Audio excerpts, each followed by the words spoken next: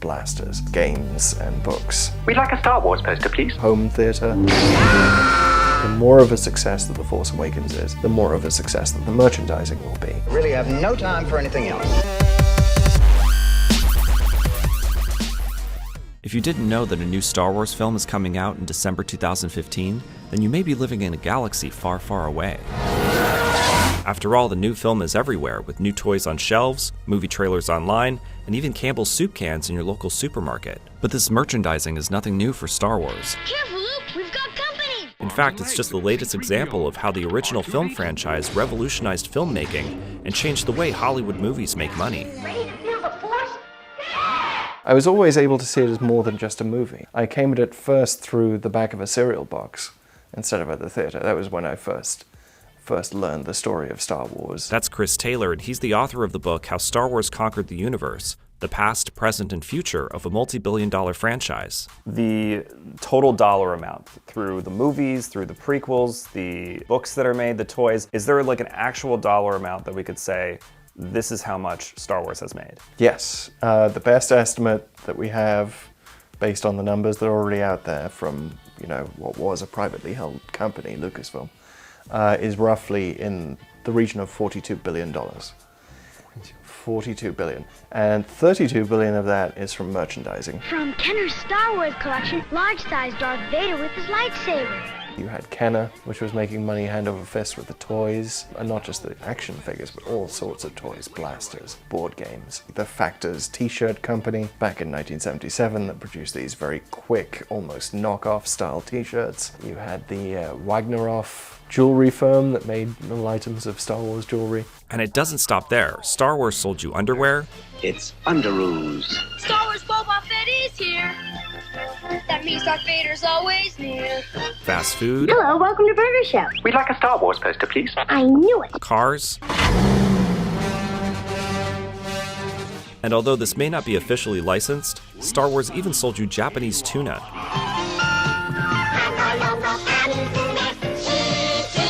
And then you have on top of that the roughly $4 billion that Star Wars has made at the box office, $4 billion for home theater, which includes VHS, DVDs, and then pretty much everything else is games and books. And that includes what Disney has done ever since it bought the Star Wars franchise from Lucasfilm in 2012 for a little over $4 billion. But not every piece of merchandising worked out for Star Wars. Anyone remember the Star Wars Holiday Special? You know, the quasi-variety TV special that aired on CBS just before Thanksgiving and after the first film was released? It was chock full of all the things you dreamed about. Chewbacca's backstory, a probably high Princess Leia, and B. Arthur singing a pub song at the Mos Eisley Cantina. Just one more rhyme, friend. Yes, it's a crime, friend. There were a number of items that were supposed to come out after the Star Wars Holiday Special. There were action figures based on the Wookiees that form a big part of the Holiday Special. There were, books on the Wookiees. I think a lot of that was scaled back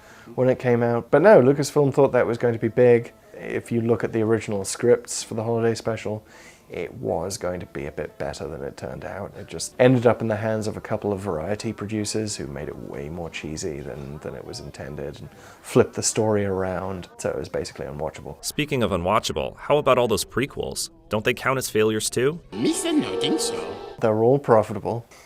Someone went to see them. Episode 1 was the one that has made the most money. In pure dollar terms, yes, unadjusted for inflation, Episode 1 made more money. Interestingly, it made most of its money abroad. So consider the fact that what most people hated about the prequels was, the stilted dialogue. Anakin, Chancellor Palpatine is evil! From my point of view, the Jedi are evil! The lack of good acting. None of these things can you see, if you're watching it internationally, if it's dubbed, or if you're looking at subtitles. That may sound like good luck, but it speaks to the innovation of the franchise. Innovation it developed after the first movie hit theaters, back when few people thought Star Wars would be a hit, and even fewer thought it would make money on, of all things, merchandising. Movie merchandising did not make money. It worked for TV franchises like Star Trek. It was not expected to work for Star Wars. And it almost didn't. The process of making toys took so long that Kenner ended up selling cardboard versions of their toys at Christmas time, with the promise that they would arrive later. They'll be sent to you at home between February 1st and June 1st. The Star Wars Early Bird Certificate Package. New from Kenner. You know, they took so long to ramp up their production that by the time the toys actually arrived in stores, supposedly we thought Star Wars would be out of theaters. Of course, as it turned out, it was there for a year. So then what was different about Star Wars? How did it change the movie industry as far as merchandising goes? Because it stuck around for so long, it actually meant that you could get the merchandising to consumers while the movie was still in the theaters, which was huge. And that had not been done before. It's sort of because of the fans. It was because of the fans, and it was because there was this incredible repeatability to it, and there was a cult. Almost immediately, there were local entrepreneurs who came along and made T-shirts. This was the era of making buttons, right? Making buttons at home, little button entrepreneurs. So immediately, May the Force be with you became a button. And that was very much a sort of, you know, oh, do you understand this? You're in with the hip crowd. What about the underground merchandising? You mentioned buttons, but also people made their own costumes. People made their own fan fiction. People made things on their own because they were fans of what was going on, whether they wanted to sell it or not. And Lucasfilm really wanted to encourage that at the start. The only part of the traditional fan fiction side of things that they looked askance at was the slash fiction, which is basically fan-written porn. This had been huge in the Star Trek community, but otherwise, other than that, they used the power of the fans right from the beginning.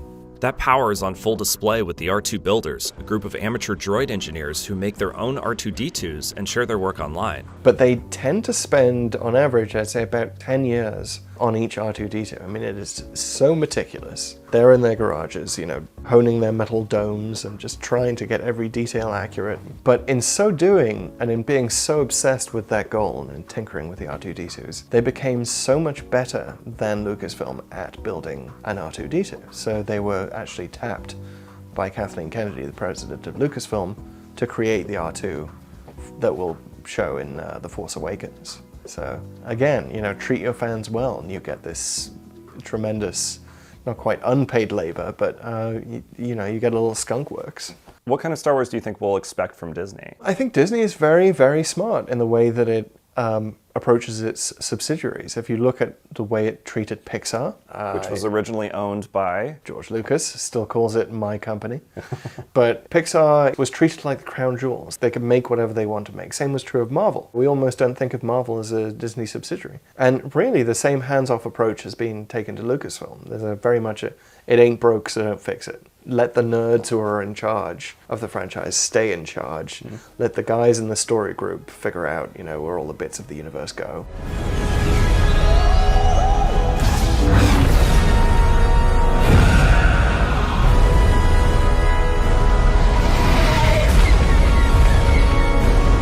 You know, I think Episode 7 has the distinct potential to be the highest grossing film of all time. And I think the interesting thing about this is it all feeds into the other parts of the empire. So the more of a success that The Force Awakens is, the more of a success that the merchandising will be. You know, you just referred to Disney as the empire. They are. I mean, it's, you know... But then Lucasfilm saw itself as the empire as well. I mean, Lucas would often refer to himself as Darth Vader, and the Lucasfilm headquarters was known as the Death Star. But yes, when the Mouse House moved in, I mean, that is a real empire. You know, no question about that.